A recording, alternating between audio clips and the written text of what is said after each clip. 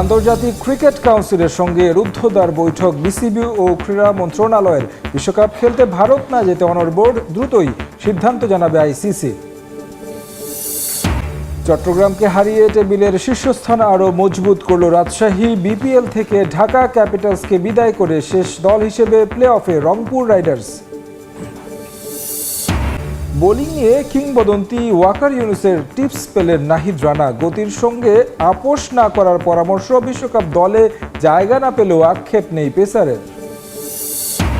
যুব বিশ্বকাপে ভারতের বিপক্ষে জয়ের সুযোগ কাজে লাগাতে পারল না বাংলাদেশ। বৃষ্টি আইনে 18 রানে হার। শুরুর বিতর্ক চাপা দিয়ে হ্যান্ডশেক ক্রিকেটারদের। এবং হাবিয়ার কাবরেরা ইস্যুতে রহস্যজনক অবস্থানে বাফুফে। হামজা শমীদদের নিয়ে ব্যর্থ হলেও সিঙ্গাপুর ম্যাচের পর পারফরমেন্স মূল্যায়ন করতে চায় ফেডারেশন। আমার মনে হয় যে 31 মার্চের পরে আপনার সেটার প্রতিফলন দেখতে পারবেন। মূল্যায়নটুকুর প্রতিফলনই 31 মার্চের পরে দেখতে পারবেন। তার কিছুদিন অপেক্ষা করি আমরা। টি-20 বিশ্বকাপে বাংলাদেশের সমস্যা সমাধানে আইসিসির প্রতিনিধিদের সঙ্গে রুদ্ধদ্বার বৈঠকেও ভারত না যাওয়ার সিদ্ধান্তে অনড় অবস্থানে বিসিবি। 1.5 ঘন্টার বৈঠকের সভাপতি আমিনুল বুলবুলের সঙ্গে 2 সহসভাপতি এবং সরকারের প্রতিনিধি সহ বাংলাদেশের পক্ষে ছিলেন 9 জন। ঢাকা আসা আইসিসির ইন্টিগ্রিটি ইউনিটের ম্যানেজার অ্যান্ড্রু এফগ্রেফ ছাড়াও আইসিসির আরও বেশ কয়েকজন উচ্চপদস্থ কর্মকর্তা ভার্চুয়ালি যোগ দেন এ সভায়। এ বিষয়ে দ্রুতই জানানো হবে চূড়ান্ত সিদ্ধান্ত। বাংলাদেশে আইসিসির প্রতিনিধি, উদ্দেশ্য টি-20 বিশ্বকাপের সমস্যা সমাধান। এমনটা হয়নি এর আগে কখনো। সর্বোচ্চ গোপনীয়তায় এদিন হয়েছে 1.5 ঘন্টার রুদ্ধদ্বার বৈঠক। সভাপতি আমিনুল ইসলাম বুলবুলের সঙ্গে 2 সহসভাপতি সাখাওয়াত হোসেন ও ফারুক আহমেদ। বিসিবির পক্ষ থেকে ক্রিকঅপস নাজমুল আবেদিন ফাহিম সহ ছিলেন প্রধান নির্বাহী নিজামুদ্দিন সুজনও। ক্রীড়া মন্ত্রণালয়ের প্রতিনিধি ও সরকারের উচ্চপদস্থ কর্মকর্তা সহ বাংলাদেশের পক্ষ থেকে ছিলেন মোট 9 জন। আইসিসির ইন্টিগ্রিটি ইউনিটের ম্যানেজার অ্যান্ড্রু এফগ্রেফ এসেছেন ঢাকায়, কিন্তু ভিসা দেরিতে পাওয়ায় আসতে পারেননি আইসিসির event and corporate communication manager Gaurav Saxena. তবে অনলাইনে যুক্ত ছিলেন সাক্সেনা। তিনি ছাড়াও ভার্চুয়ালি সবাই যুক্ত হন আইসিসির আরও বেশ কয়েকজন উচ্চপদস্থ কর্মকর্তা। বৈঠকে আইসিসির প্রতিনিধিরা সর্বোচ্চ চেষ্টা করে বাংলাদেশকে ভারতে যাওয়ার বিষয়ে বোঝাতে, কিন্তু আইসিসি কর্মকর্তাকে সামনে পেয়ে নিরাপত্তা শঙ্কার বিষয়গুলো আরও ভালোভাবে বোঝাতে পেরেছে বাংলাদেশ ক্রিকেট বোর্ড। ভারতে বাংলাদেশ না খেললে বিকল্প কি হতে পারে তা নিয়েও লম্বা সময় বৈঠক হয় আইসিসির কর্মকর্তাদের সঙ্গে। কিভাবে হবে সেটা তা নিয়েও হয় আলোচনা। বিশ্বকাপের সব ম্যাচ শ্রীলঙ্কাতে খেলতে চায় বাংলাদেশ। গ্রুপ পরিবর্তন করে হলেও তাতে কোনো সমস্যা নেই বলে আইসিসিকে জানিয়েছে বিসিবি। বাংলাদেশের সব কথা শুনে ইতিবাচক কথা শুনিয়েছে বিশ্ব ক্রিকেটের নিয়ন্ত্রক সংস্থা। খুব দ্রুতই বাকি সবার সঙ্গে আলোচনা করে চূড়ান্ত সিদ্ধান্ত জানাবে বিশ্ব ক্রিকেটের নিয়ন্ত্রক সংস্থা। তবে বিশ্বকাপ শুরু হতে নেই খুব একটা সময়। আগামী 7 ফেব্রুয়ারি থেকে শুরু হবে টি-20 বিশ্বকাপের মেগা আসর। বিসিবিরও বিশ্বাস এই সংকট সমাধান করে বিশ্বকাপে খেলবে বাংলাদেশ। যুব বিশ্বকাপের খবর। নিজেদের প্রথম ম্যাচেই ভারতকে হারানোর চমৎকার সুযোগ পেয়েও ব্যর্থ বাংলাদেশ। টিম ইন্ডিয়ার কাছে বৃষ্টি আইনে লাল সবুজরা হেরে গেছে 18 রানে। বুলাওয়েতে টসের সময় তৈরি হয় 2 দলের নো হ্যান্ডশেক বিতর্ক। যদিও সেটা নিয়ে মাথা না ঘামিয়ে ব্যাটিংয়ে পূর্ণ মনোযোগ দেয় ভারত।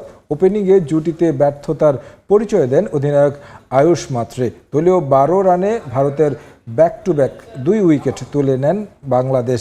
4 নম্বরে ব্যর্থ হয়েছেন বিহান মালহোত্রাও। 53 রানে ভারত 3 উইকেট হারালেও ওপেনিংয়ের অপর প্রান্তে অনন্য ছিলেন বৈভব সূর্যবংশী। অভিজ্ঞান কুন্ডুর সঙ্গে জুটি গড়ে সামাল দেন দলের বিপর্যয়। আউট হওয়ার আগে তিনি খেলেন 72 রানের ইনিংস। আর অভিজ্ঞান কুন্ডুর ব্যাট থেকে আসে 80 রান। 48 ওভারে 4 বলে সব কটি উইকেট হারিয়ে স্কোরবোর্ডে 238 রান জমা করে ভারত। জবাব দিতে নেমে ভালো হয়নি বাংলাদেশের উদ্বোধনী জুটি। দলীয় 6 রানে আউট হন জাওয়াদ আবরার। রিফাতকে সঙ্গে নিয়ে জুটি করেন আজিজুল হাকিম। 37 করে আউট হন রিফাত বেগ। তবে অন্য প্রান্তে বেশ সাবলীল ছিলেন আজিজুল হাকিম। 17 ওভার 2 বলের সময় বাংলাদেশের স্কোর ছিল 2 উইকেটে 90 রান। এরপর বৃষ্টি নামলে ম্যাচের দৈর্ঘ্য ছোট করে আনা হয়। 29 ওভারে টার্গেট দাঁড়ায় 166। এরপর দ্রুত গতিতে রান তুলতে গিয়ে 146 রানে গুটিয়ে যায় বাংলাদেশ। বৃষ্টি আইনে 18 রানের জয় পায় ভারতীয় যুবারা। ভারত বাংলাদেশ সাম্প্রতিক বৈরী সম্পর্কের প্রভাব দেখা গেল অনূর্ধ্ব-19 বিশ্বকাপ ম্যাচে। টসের সময় পরস্পরের সঙ্গে হাত মেলাননি দুই দলের অধিনায়ক। ভারত পাকিস্তানের পর এবার ভারত বাংলাদেশের ম্যাচেও দেখা গেল এই চিত্র। যুব বিশ্বকাপে নিজেদের প্রথম ম্যাচে নিয়মিত অধিনায়ক আজিজুল হাকিমের পরিবর্তে টস করেন সহ অধিনায়ক জাওয়াদ আবরার। ভারতের পক্ষে ছিলেন তাদের ক্যাপ্টেন আয়ুষ মাত্রে। টস জিতে বাংলাদেশ ফিল্ডিংয়ের সিদ্ধান্ত নেয়ার পর দুই ক্যাপ্টেনই এড়িয়ে গেছেন একে অন্যকে। এশিয়া কাপে ভারত পাকিস্তান ম্যাচ দিয়ে শুরু হয় অদ্ভুত এক গল্পের। ভদ্রলোকের খেলার রীতিনীতিকে তোয়াক্কা না করে রাজনৈতিক বৈরিতার কারণ দেখিয়ে সেদিন পাকিস্তান ক্যাপ্টেন সালমান আলী আগার সঙ্গে হাত মেলাতে অস্বীকৃতি জানান ভারতীয় অধিনায়ক সূর্যকুমার যাদব। চারদিকে সমালোচনা হলেও বিষয়টিকে পাত্তাই দেয়নি টিম ইন্ডিয়া এবং বিসিসিআই। যেন এটাই নিয়ম ক্রিকেটের মাঠে। সেই টুর্নামেন্টে দেখা হওয়া 3 ম্যাচের একটাতেও হাত মেলাননি দুদলের ক্রিকেটাররা। এমনকি খেলা শেষে যে ভদ্রতার রীতি ছিল তাও উপেক্ষিত হয় বারবার। এরপর এশিয়া কাপের ট্রফি কাণ্ড তো সবারই জানা। এশিয়ান ক্রিকেট কাউন্সিলের চেয়ারম্যান মহসিন নাকভির হাত থেকে চ্যাম্পিয়ন ট্রফি নিতেও অস্বীকৃতি জানায় ভারত। ফলাফল আজও সেই ট্রফির দেখা পায়নি বিসিসিআই। এবার এই ঘটনায় নতুন এক সঙ্গী পেল পাকিস্তান। অনূর্ধ্ব-19 বিশ্বকাপ ম্যাচে বাংলাদেশের ক্যাপ্টেনের সঙ্গেও হাত মেলাননি ভারতীয় ক্যাপ্টেন আয়ুষ মাত্রে। স্বাভাবিকভাবেই বাংলাদেশের হয়ে টস করার কথা ছিল আজিজুল হাকিম তামিমের, কিন্তু তিনি প্রস্তুত না থাকায় দলের হয়ে কয়েন ভাগ্য পরীক্ষা করতে আসেন সহ অধিনায়ক জাওয়াদ আবরার। টসে বাংলাদেশ জিতে গেলে ফিল্ডিং নেন জাওয়াদ।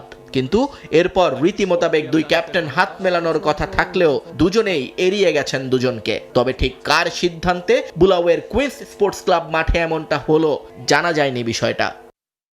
সাম্প্রতিক রাজনৈতিক বৈরিতা এবং মোস্তাফিজ কাণ্ডের পর দুই দেশের সম্পর্ক এখন তলানিতে। আইপিএল থেকে ফিসকে ছুঁড়ে ফেলা এবং বাংলাদেশ সরকারের নিরাপত্তা শঙ্কায় ভারতে বিশ্বকাপ খেলতে না যাওয়া এখন talk of the cricket world. তারপরেও দুই দেশ যখন আইসিসির মধ্যস্থতায় একটা সমাধানের পথ খুঁজছে, তখন এই ঘটনা আগুনে ঘি ঢালল কয়েক গুণ। হ্যান্ডশেক ম্যাচে করতেই হবে এমন কোনো নিয়ম নেই ক্রিকেটের ল বুকে, কিন্তু বছরের পর বছর এ নিয়ম চলে আসছে ক্রিকেট মাঠে। ভারত পাকিস্তানের বিপক্ষে সে রীতি ভেঙে যে যাত্রা শুরু করেছে তার নতুন সঙ্গী এখন বাংলাদেশ।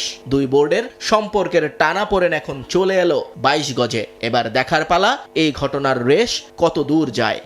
বাংলাদেশ দলের যে আগামীর যে বিশ্বকাপ ক্রিকেট খেলাকে কেন্দ্র করে যে একটি উদ্ভট পরিস্থিতি তৈরি হয়েছে, সেটিকে কেন্দ্র করে যদি এই ধরনের আচরণ করে, তা আমি মনে করি এটি কোনো খেলোয়াড় সুলভ আচরণ নয়। আইসিসির প্রতিনিধি দলের সঙ্গে রুদ্ধশ্বাস বৈঠক। ভারতে না যেতে অনড় বিসিবি।